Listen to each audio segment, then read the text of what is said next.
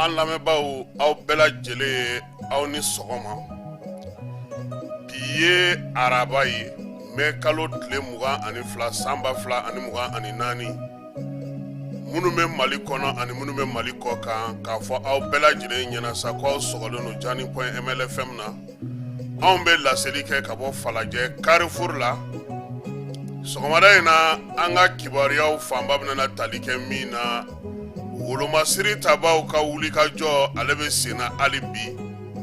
kɔrɔ ni tilebi bani ni baba kunungo ani kunasiningo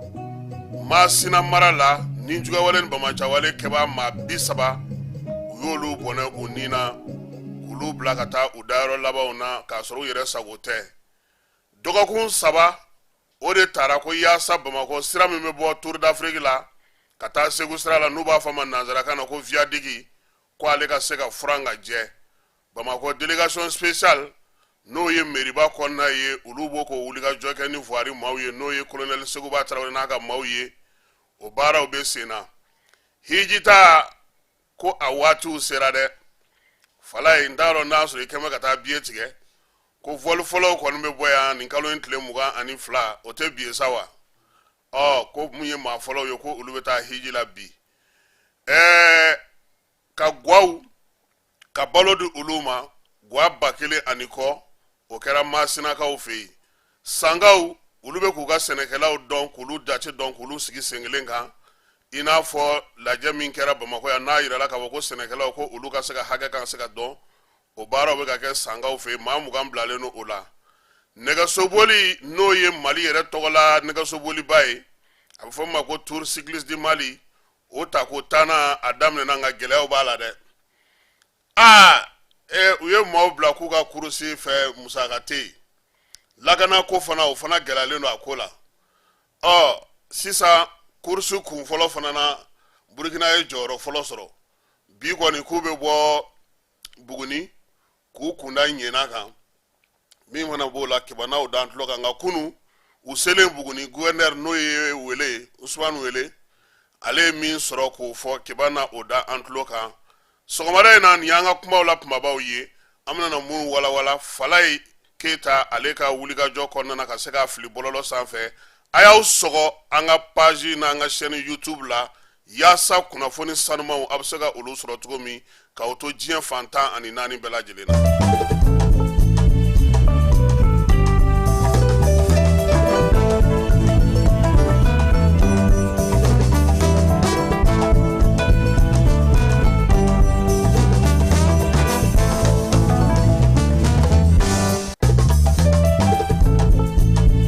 Falaye ka maaw fo ko kura k'u waleɲuman dɔn u ka Jani.ML.FM sugandili la yaasa ka se ka kunnafoniw sɔrɔ ko denmisɛnnin ale ye bɔgɔkɛnɛ ye n'i y'a mɔ cogo min a bɛ kɔrɔbaya ten Falaye n'i sɔmina ɲɛnɛmini fɛ dɔrɔn i sigi kalanko don o don tulo bɛ taa kalanso maa kunnandi ale de bɛ ko ɲaban faamu ka se ka a yɛrɛ bɔ ko la k'a sɔrɔ a ma kalan o fana ni kodɔn tɛ kelen ye maa dɔ bɛ kalan k'a sɔrɔ a ma kodɔn maa fana dɔ kalannen don k'a sɔrɔ o bɛ kodɔn sɔgɔmada in na an bɛna an da don kalanko la Falaye ne ye Mali minisiri min bɛ kalanko kunna n y'a ka kuma dɔ mɛn n y'a ye gafew kɔnɔ ko san ɲɔgɔndan baara min bɛ sen na k'o de ye kalanko siniɲɛsigi ye ne ko minisiri m'a faamu dɛ ayi examen labɛnko ɲuman o tɛ se ka kɛ kalanko siniɲɛsigi ye monsieur le ministre ayi kalan siniɲɛsigi o ye karamɔgɔ ɲuman sɔrɔli ye ka di denmisɛnninw ma o ye kalanyɔrɔ ɲuman sɔrɔli ye ka di denmisɛnninw ma kalan bɛ taa kɛ yɔrɔ min o jɛlen kalandenw jɛlen karamɔgɔw jɛlen karamɔgɔw bɛ se ka kalan kɛ mɔgɔw kunna kalan bɛ kɛ hukumu min kɔnɔna na o bɛɛ lajɛlen sigilen don sen kelen kan n'i y'o fara ɲɔgɔn kan ka ɲɛ i ye kalan siniɲɛsigi i y'a sinsin nka ni minisiri ye nin fɔ a ti bali anw na sabula anw yɛrɛ bɛɛ bɛ ten Falaye ni san banna de pewu école ta do amna école so la nga papa to ma ga ko be chogodi a passer ma pas est-ce que yo do yi ni yo ministre fana ga du fo c'est que somogo be wulu ku nunsu jo ni wati ni la ka nyesi kalama ka donga fo a examen setodo e ga kayo be mini e bi meta école lawa e mami ye par le chômeur directeur de drogue ni dloni fenti bo akono pumashi aba binga do sokono ete bo kalama erete tle e msote tle demsente tle koraketala dogoni tala balma tala limana tala kenemana ti mashi de ladi tuguni ala kisi ali wolo bare de ni ma farati ka sama aw ka balma be songa fiyam do ala ado an ngo folo an ngo mita kalanke ka tuwabu kan de me ka tla tuguni ka nyedo ni ke okonna na kam tla ka anyere bokula depuis kalan damine duguma an mi tuwabu kan de kalan ko do fo ka so fotugula folo ami sa woro ke ola na mboro la am soro kana lesa ton togo edi muruye muye wulube chogodi ni me chogodi japomini sini be mini brésil be mini états-unis be mini révolution française be mini am sansa ba wara ko la tuguni nantara lycée la abfo do makulu kata science ke do bita essai la do bita lele la no littérature o koni za e koni bo français to kan dumamba kalaliyere philosophie baw ulu nuka kalamunu depuis dien bismillah ulu yeko munu fo bena taka fiye ki ko fana durusi ko don anga tariku tala an tabulu tala an dongo tala anga maya ketuko tala nan claro la wa ko muamunu ye nyuma ya na bo bourse dulu malu ta français fala ulu segle ngana ulu ti todun tugune uti todun ngamere wa nga kalan fleni aunga manifia fen foi taunga kalan kona a placité ala amta min kalan odika emaye anga fama do tellement u dumina francika a fini don togo a dumini ga togo a yoroba togo a yoro sawle togo ubo ulu donga tema ali uwere fasoka ne na no lu bla kuluka an mara nulu hina na ona koni uye mingala mama ko nyawye ulu tsega hina ona utan bogolo don utanga tabia don uti tata kogo don utaro ko tata kogo ka tume mali dugu bela faragwara fleni abe yanfoila ani buguni ni nywanje tata be ufe ngani tata me mali makala no ndaro babo ko sigaso tata be kunyakari kilometre bioro de bani kay ni nywanje mali dugu ka dogo ko luye ujoro la ko tata kogo tufe lakana na nedu emo kala eto don bamanaya ito don iti flyer don iti marakaya don itabia ibotolo ndokolo ite fo do osila il est instruit il est cultivé ni ye ni ntuwa kan ba nunu me katla kana la ko jamana dira nunu ne ma an ma bla retard la dron an unte yere an unte goyi an bananga dugutigula an bananga musokuntigula an bananga kabalokuntigula an bananga almamiula katan suru mary kota ka garde frogota ka commandanta kanani gouverneur wakati do la jago dugu fango ko au conseil au fonctionnaire ntarba au commissariat mali région be kun to ele manaka ka ko au commissariat ya chembala dege chenga tika ide wa mara falai foga ta jien wuli farafin teke faraje teke farafin fe ala nga no blanc ngulo la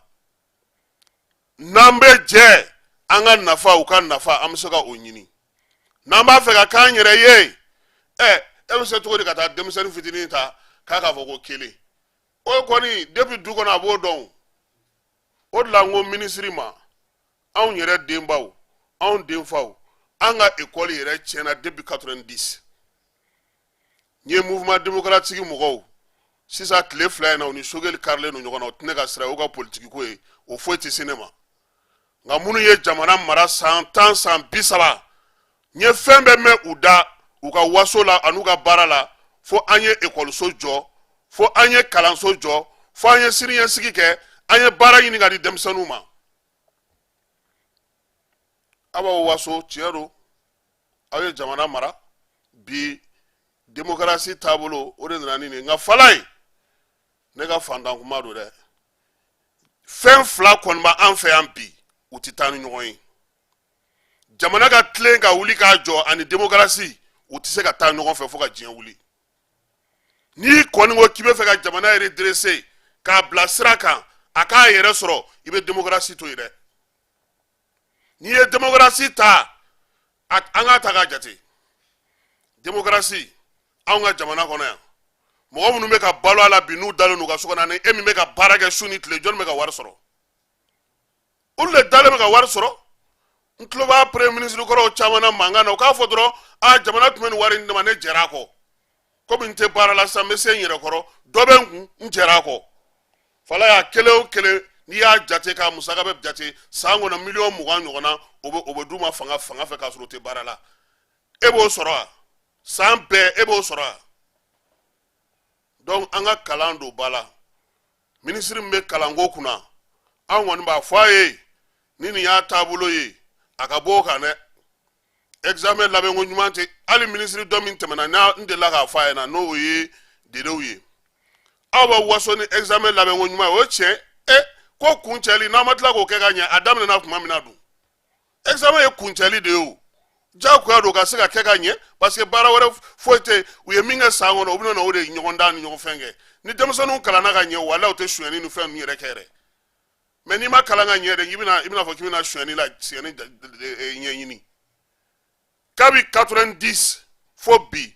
an ka école bɛ ka jigin fɔlɔ farafinna yan n'i tun ko ko école karamɔgɔ ɲɛnama Mali directeur ɲɛnama Mali école ɲɛnama Mali écoleden ɲɛnama Mali fɛn o fɛn anw de tun bɛ bɛɛ lajɛlen ɲɛ mais mun y'an bi an y'an yɛrɛ bila an banna an yɛrɛ la fa tɛ fa dɔn den tɛ den dɔn bɛɛ lajɛlen ko démocratie a kɔlɔlɔ filɛ nin an bolo nin ye dɛ nin ye kalanko ye n'i taara sira wɛrɛ fɛ don o don fala i b'a fɔ ko ayi ko kalanko yɛrɛ fana ka fisa n'o ye n y'o k'o de f'i ɲɛna n'i k'i bɛna o de tilen k'i sinsin ko démocratie i kɔni bɛ fu kan dɛ c'est pour que mɔgɔw b'a fɔ ko liberté d'expression tɛ Mali la mɔgɔ tɛ se ka kuma mɔgɔ tɛ se ka nin kɛ a fila tɛ taa o ayi jamana si tɛ diɲɛ kɔnɔ ko min wulila k'i jɔ ko k'a sinsinnen to démocratie kan u kɛlen ka u yɛrɛ sɔrɔ de ka se sɔrɔ ka sira sɔrɔ ka taabolo sɔrɔ u ka sɔrɔ ka démocratie ko boloda diɲɛ parti fɔlɔ créera mɔgɔ minnu fɛ yen olu m'a daminɛ ni parti 150 ye o anw bɛ parti joli la hali mɔgɔ t'a da dɔn o bɛɛ bɛ se ka kɛ kuntilenna ye cogo di jamana kɔnɔ jamana 20 parti 300 depuis yen kɔni i b'a dɔn k'i y'a jɛ an k'an ka kalanko lajɛ faw k'u jɔ u jɔyɔrɔ la baw k'u jɔ u jɔyɔrɔ la anw yɛrɛ minnu ye denfaw ye n'an tɛ kɛ so kumasi an ka to ka denmisɛnninw ka kayew minɛ k'u lajɛ mun b'a kɔnɔ depuis san daminɛ fo ka taa se san laban ma trimestre kɛra wa évaluation kɛra wa muso ye devoir d'aw ma wa nin bɛɛ lajɛlen n'i ye dutigi ye nin bɛɛ sɛgɛsɛgɛ i ka du kɔnɔ denmisɛnninw ka saki mun ni mun b'a kɔnɔ i yɛrɛ k'a kɔlɔsi u taatɔ u natɔ u ka école karamɔgɔ ka to ka t'i ɲɛ da u kan ne de den ninnu ye u ka ko bɛ cogo di u bɛ mɔgɔw nɛni yan u bɛ n'anw sɔrɔ so nka ni nin si tɛ yen somɔgɔw k'u bolo jigin pewu ka lamɔ ani kalan k'o ta k'o di école karamɔgɔw ma o k'a sɔrɔ école karamɔgɔ fana lamɔlen don ka ɲɛ o fana kalannen don o fana bɛ fa ko faamuya dɛ n'o tɛ o y'an ta de ye o fala ye sɔgɔmada in na an bɛ nin fɔ sabula minisiri n'o ye éducation minisiri ye an y'a ka kuma mɛn an y'a sɛbɛnni ye siɲɛ 1 siɲɛ 2 mɔgɔw bɛ ka segin a kan ayi hali examen kana organiser ka ɲɛ yɛrɛ mais ni mɔgɔw bɛ yen minnu b'a dɔn k'a fɔ u taakun ye min ye ekɔliso kɔnɔ olu bɛ se ka baara kɛ n'u y'a dɔn k'a fɔ ko u taakun ye min ye ekɔliso kɔnɔna na fala ye u b'a dɔn k'an ka min kɛ nka n'u t'o dɔn salamu fatiya siniɲɛsigi a ka gɛlɛ k'a sɔrɔ kalanko o ma sigi sen kelen kan sɔgɔmada in na an ni CNT maaw an n'u dɔw ye ɲɔgɔn sɔrɔ an n'u masalala minnu bɛ u ka wariko ninnu ɲɛnabɔ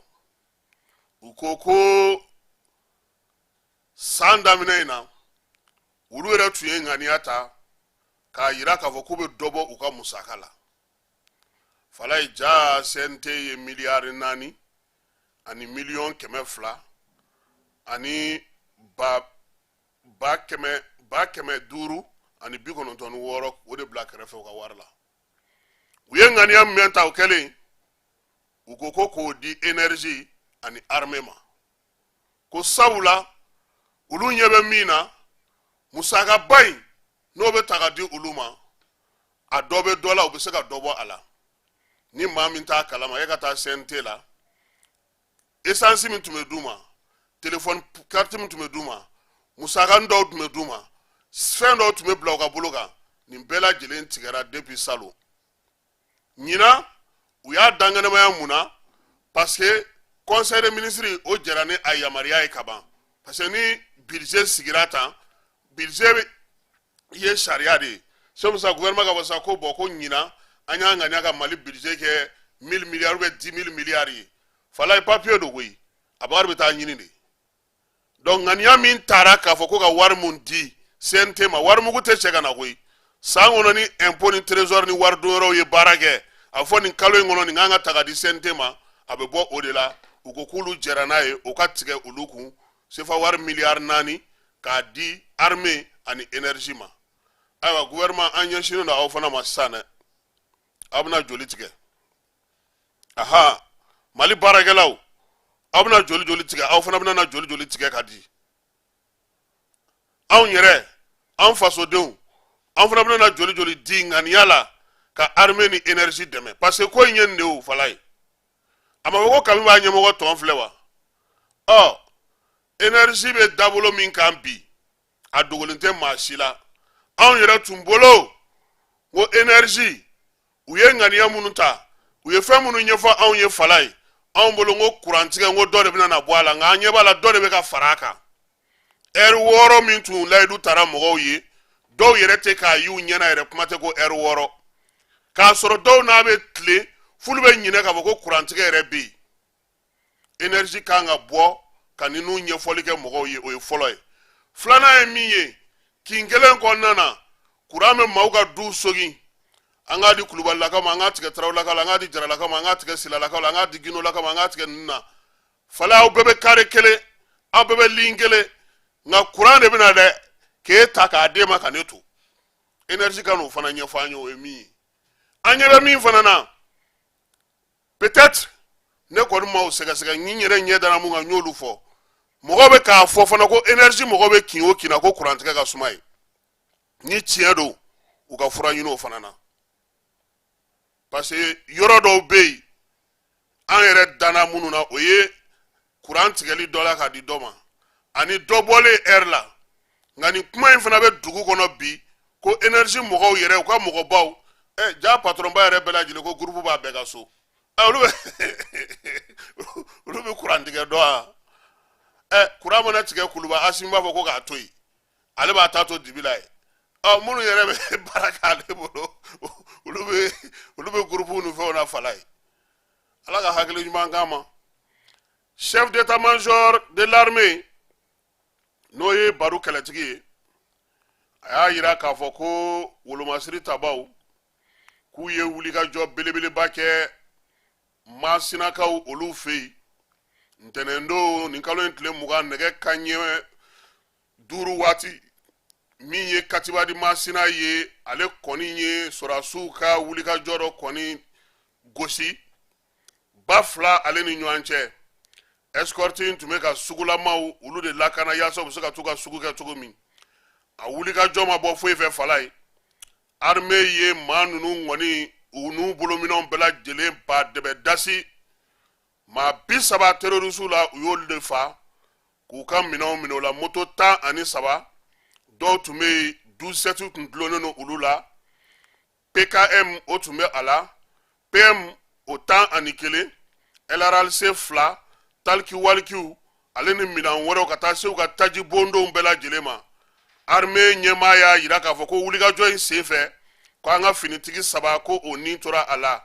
min ye 10 ɲɔgɔnna ye ko olu jogina olu taara ka na min ye dɔgɔtɔrɔso ale la chef d'état-major de l'armée ko a kɔni bɛ taasibila kɛ ka ɲɛsin maa ma maa minnu fatura nin ko in hukumu kɔnɔna na min ye furew ye fana a bɛ dugawu kɛ ala k'olu dayɔrɔ sumaya maa maa bɛ yen n'o jogina sa olu bɛɛ lajɛlen kɔni talen no bi finitigilakaw olu ka hukumu kɔnɔna na yaasa u bɛ se cogo min na ka furakɛ faso ale yɛrɛ fɛ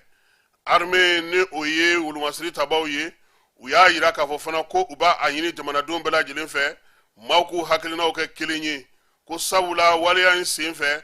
min ye finitigilakaw ye dugudenw kɔni ye kibaruya sanumanw di kibaruya sanuman minnu bɛ k'a to bi n'u bɛ ka se ka baara kɛ ko n'ala sɔnna a ma ko an ka laɲini ye min ye ko o ko na sɔrɔ diɲɛ seleke naani ka tɔnba n'o ye Nations Unies ye o ɲɛmaa min bɛ farafinna an fanfɛ bolow fɛ ale bɛ tile damadɔ taamana an fɛ yan min ye jɛkulu in ɲɛmaaw ye a n'a ka maaw u kɔni nana kabini ntɛnɛndon ministre Abdoulaye Diop ale min y'an ka jamana ni jamana wɛrɛ cɛ sira ɲɛnabɔ ministre ye ale ye u bisimila u bɔlen kɔ ye sa u taara CNT ɲɛmaa fɛ n'o ye colonel Maliki Jaw ye ale fana y'o bisimila Maliki Jaw fɛ yen u ka jɛkulu in ɲɛmaa y'a yira k'a fɔ ko u bɛna dɛmɛ ta ka ɲɛsin Mali yaasa ka se ka ninjuguya ni bamaja wale kɛbaw kɛlɛ AES sigili la sen kan a ko ko AES sigili ko kɔni jara u ye kosɛbɛ ko nka k'a ka ɲi AES fana ka dayɛlɛ bolofara ɲɔgɔnna caman ka sigi yiriwali ni baara minnu bɛ yen ni Nations Unies b'o k'an ka jamana kɔnɔ u ko ko u bɛna na u sen t'o la fo ka taa se waati min ma ko sabula olu ni Mali u ka bolo ni ɲɔgɔn ma o tɛ bila ko ye Nations Unies ɲɛmaaba in a ko k'u sigilen don fana ka dialogue ale jaabi kɔnɔ ko sabula ko jaabi min bɔra ko ye jaabi kɔrɔ gɛrɛnen ye ni ye jaabi min ye sa ni gouvernement kan ka baara kɛ n'o ye ni o labɛnna tuma min k'u ni Mali ko an na ɲɔgɔn sɔrɔ ko yaasa ka se ka kuma min ye Nations Unies maaw ye k'u yan'u ka bɔ yan u kan ka taa Kuluba faama sigiyɔrɔ fana na ale ni premier ministre fɛ yen yaasa u ka hakilina falen kɛ jamana taabolo bɛ cogo min u bɛ se ka faamuyali kɛ a la cogo min Maliki Jaw kɔni n'a ka maaw y'a yirula k'a fɔ bi Mali taabolo ye min ye Asimi ye fɛn saba min fɔ n'o ye an ka taabolo kura ye ko o de kɔni olu ka baarakɛla ye k'u ka o bila u kun na ni Mali ka fɛn tɛ fɛn o fɛn na ni Maliɲɛnw tɛ fɛn sɔrɔ fɛn fɛn na olu sen tɛna na ye o ko hukumu kɔnɔna na Masinakaw fɛ yen min ye ntɛnɛn tɛmɛnen ye balo da dumunifɛnw o 1000 ani kɔ o de taara ka di maaw ma maa minnu bɛ bi ni gɛlɛya bɛ olu kan min ye dɛbɛnw ye olu b'a la baasiw bɛ a la wari bɛɛ lajɛlen faralen ɲɔgɔn kan sa gouvernement ye min don a la o bɛ se sefa wari miliyɔn 522 ma min ye guwa 1000 ani 411 o de ye waleya in sɔrɔ donbolo fana o kɛra u ye ka fara malo kan min ye guwa kelen o kelen 15,000 dira olu ma gouvernement fɛ u bɛ se ka kɛ k'u yɛrɛ boloma dɛmɛ cogo min na waleya in bɛɛ lajɛlen sa a ɲɛmaya tun bɛ maa min bolo o ye colonel Assa Bajalo ye ale min ye ministre ye min bɛ kɛnɛya ko ani yiriwali ni wuliwali ni maa dɛmɛ o ko o hukumu kɔnɔna n'o o ministre don an ka jamana kɔnɔ sangaw fɛ yen yaasa ka se ka sɛnɛkɛlaw da dɔn maa 20 o taara kabini ntɛnɛndon k'olu ka kalan kɛ olu kunna min ye sɛnɛkɛla fɛn fɛn bɛ san kɔnɔna na sa directeur régional ale ko k'u ka kibaruyaw di kibaruya minnu b'a to cɛ ni musow maa minnu bɛ n'olu bɛ baara kɛ nin ko in hukumu kɔnɔna na o ka se ka dɔn min ye sɛnɛkɛlaw ye hakɛ ye joli ye taari joli b'i bolo i bɛ baara joli kɛ e yɛrɛ bɛ joli sɔrɔ i bɛ se ka mun ladon minɛn jumɛnw b'i bolo i bɛ se ka mun sɔrɔ san kɔnɔna na ni samiya ɲɛna ko nin baara in bɛɛ lajɛlen bɛna kɛ sa tile 16 kɔnɔna na san a n'a lamini bɛɛ lajɛlen na yaasa min ye maa minnu bɛ n'olu ye sɛnɛkɛlaw ye olu hakɛ bɛ se ka dɔn cogo min Bamakɔ yan siraba min bɛ bɔ Tour d'Afrique la ka taa Segu sira la n'u b'a fɔ ma Viadigi ale ka cɛncɛn cɛ ka bɔ ale ka o baaraw daminɛna min ye baara in ye sa ka se k'a kɛ ka ɲɛ a kalifalen don maa min na o ye voirie maaw ye n'u b'a fɔ olu ma ko Decheva colonel Seguba Traoré n'a ka cɛdenw u y'a yira k'a fɔ ko maa équipe 4 o de bilalen don sen kan sa taali ni segili sira 2 in bɛɛ lajɛlen fɛ ka taa échangeur fan fɛ u bɛna na o baara kɛ dɔgɔkun 3 o de b'u bolo u ka se ka baara in bɛɛ lajɛlen kɛ min ye kunu baara daminɛli hukumu kɔnɔna na a yira k'a fɔ ko délégation spéciale ale tɔgɔ la sa Musa Bokum n'ale ɲɛsinnen don saniya ko ma délégation spéciale la mairie du district kɔnɔna na ale tun bɛ yen ani délégation spéciale maa wɛrɛw colonel Seguba Traoré ne ale ye voirie directeur ye ale fana tun bɛ yen commune 6 kɔnɔna na sa Yirimajɔkaw olu ka maire délégué dɔ fana tun b'a kɛnɛ kan commune 6 maire ale kun kɛlen don k'o jɔyɔrɔ fa ko in kɛnɛ kan u y'a yira sa k'a fɔ ko feerelikɛla maa bɛ bi n'o kɛlen don k'i sigi n'i kɛlen don ka sira ninnu minɛ i ka wuli yanni u ka s'i ma sabula u bɛ k'a daminɛ k'a daminɛ échangeur yɔrɔ la ka taa équipe 4 fila b'a furan ka taa fila b'a furan ka segin n'u tilar'o la u bɛna na côté dɔ in fana fɛ baara ninnu bɛɛ lajɛlen délégation spéciale ni o ɲɛmaaba ye Bala Tarawele ye ale de ye nin ko in sigi sen kan yaasa cɛncɛn o cɛncɛn n'o bɛ viadigi in kan sa a bɛɛ lajɛlen ka cɛ ka bɔ yen maa sigilen don goudron kan ou bien goudron dawolo la olu bɛɛ lajɛlen fana ka se ka bɔ yen cogo min na baara o ka se ka kɛ ka ɲɛ hiji ta ale ɲinanta hukumu kɔnɔna na pankuru fɔlɔ Mali gouvernement tɔgɔ la o bɛ bɔ yan ka taa Medine bi min ye hiji baarakɛlaw ye o y'a yira k'a fɔ fana ko 100 sarada la 90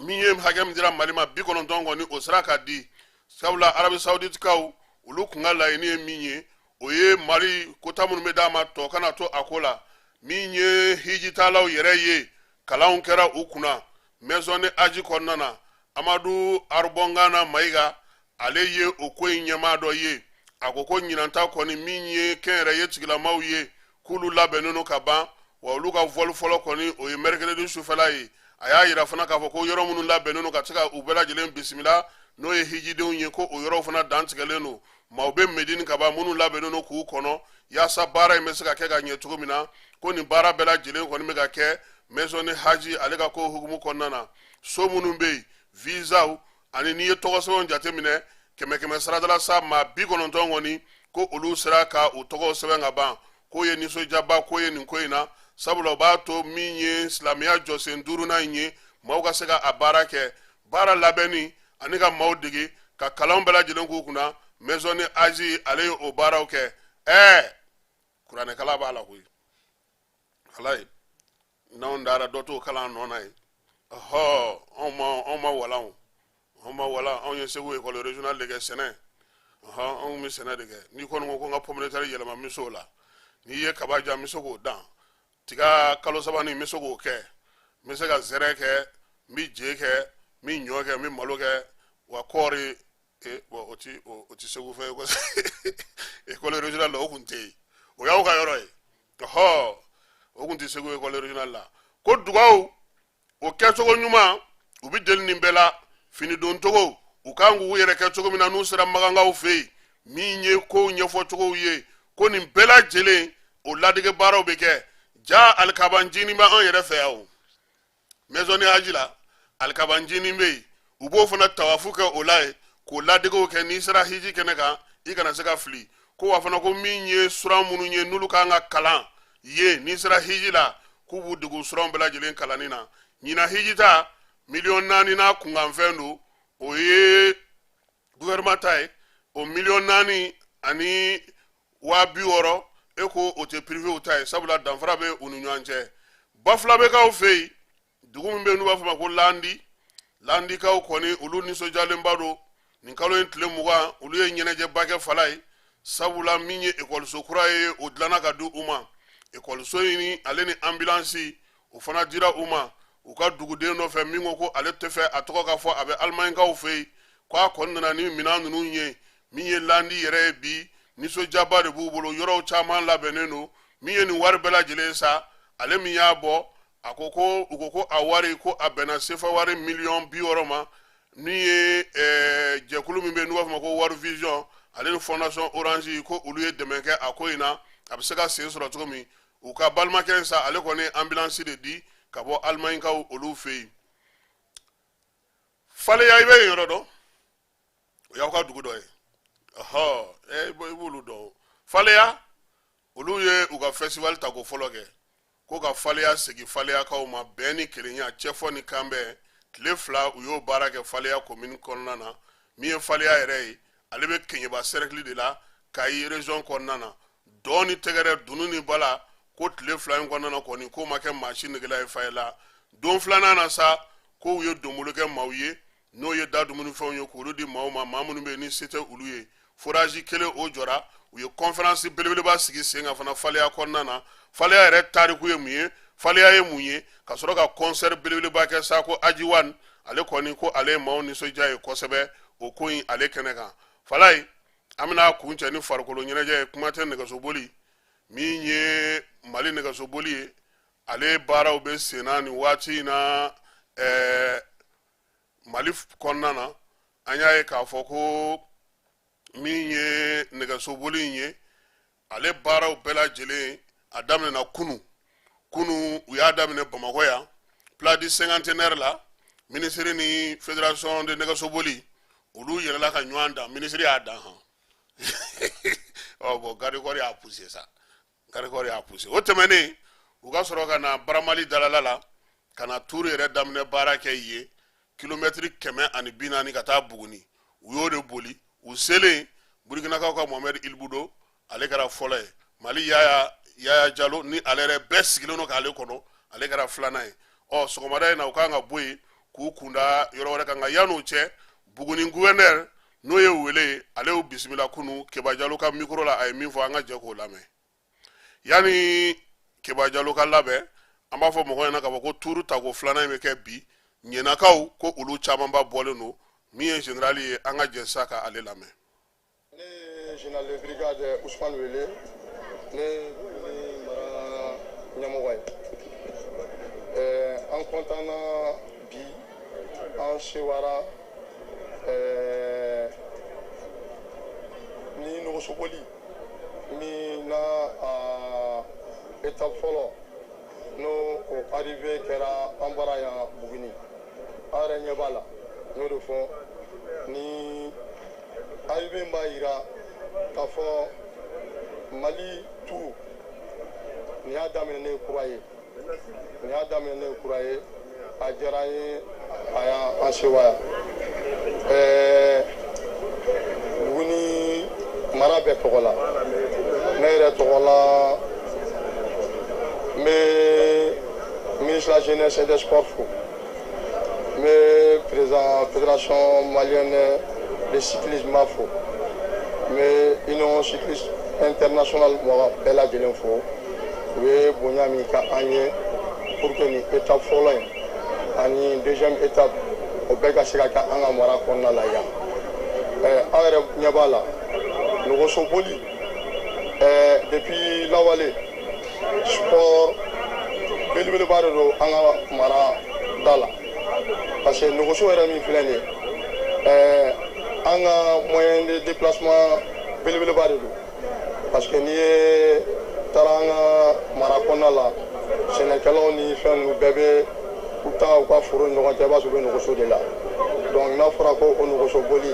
ko o sport daminɛ kura ye vraiment a diyara an ye a bonyana an ma an kɔni ta ye bi nisɔndiya de ye a nisɔndiya an yɛrɛ y'a ye aw depuis a bɔra Bamako fo kana se Buguni yan